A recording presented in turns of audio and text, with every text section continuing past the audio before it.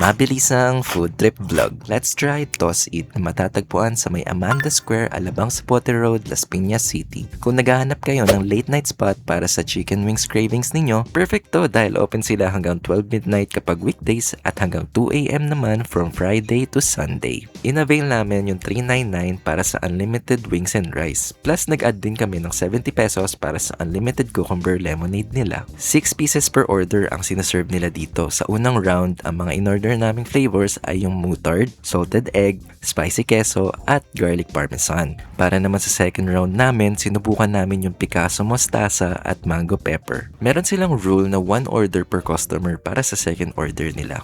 Pagdating sa lasa, napansin namin na wala masyadong flavor sa meat ng chicken at medyo dry din siya sa loob. Most of the flavor comes from the coating talaga ng wings. Sa lasa ng mga coating, balance lang talaga for me at direct to the point yung lasa. Sa garlic parmesan and salted egg, parang pares lang sila ng approach, binudburan lang ng parmesan cheese at salted egg powder. Sa mustard, just a direct translation of mustard, pero medyo may pagka-glaze yung mustard nila.